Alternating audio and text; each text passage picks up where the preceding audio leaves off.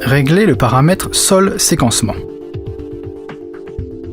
Les bruits et interférences provenant du sol et qui sont causés par les minéraux contenus dans le sol n'apparaissent que lorsque le disque est en mouvement.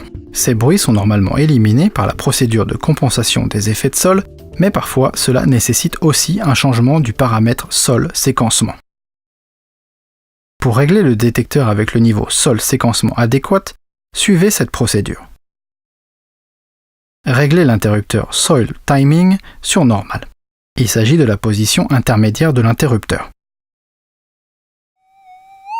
Réglez la compensation des effets de sol comme décrit précédemment en levant et en abaissant successivement le disque tout en appuyant et en relâchant une fois le bouton jusqu'à ce que la tonalité devienne stable. Balayez le disque au-dessus de la surface du sol et écoutez la tonalité. Si la tonalité reste stable,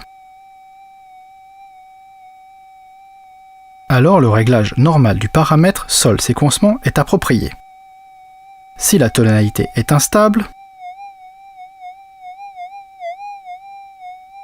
passez alors à la position Enhance de l'interrupteur Soil Timing et réglez à nouveau la compensation des effets de sol en levant et en abaissant successivement le disque tout en appuyant et en relâchant une fois le bouton jusqu'à ce que la tonalité devienne stable. Balayez à nouveau le disque au-dessus de la surface du sol et écoutez la tonalité.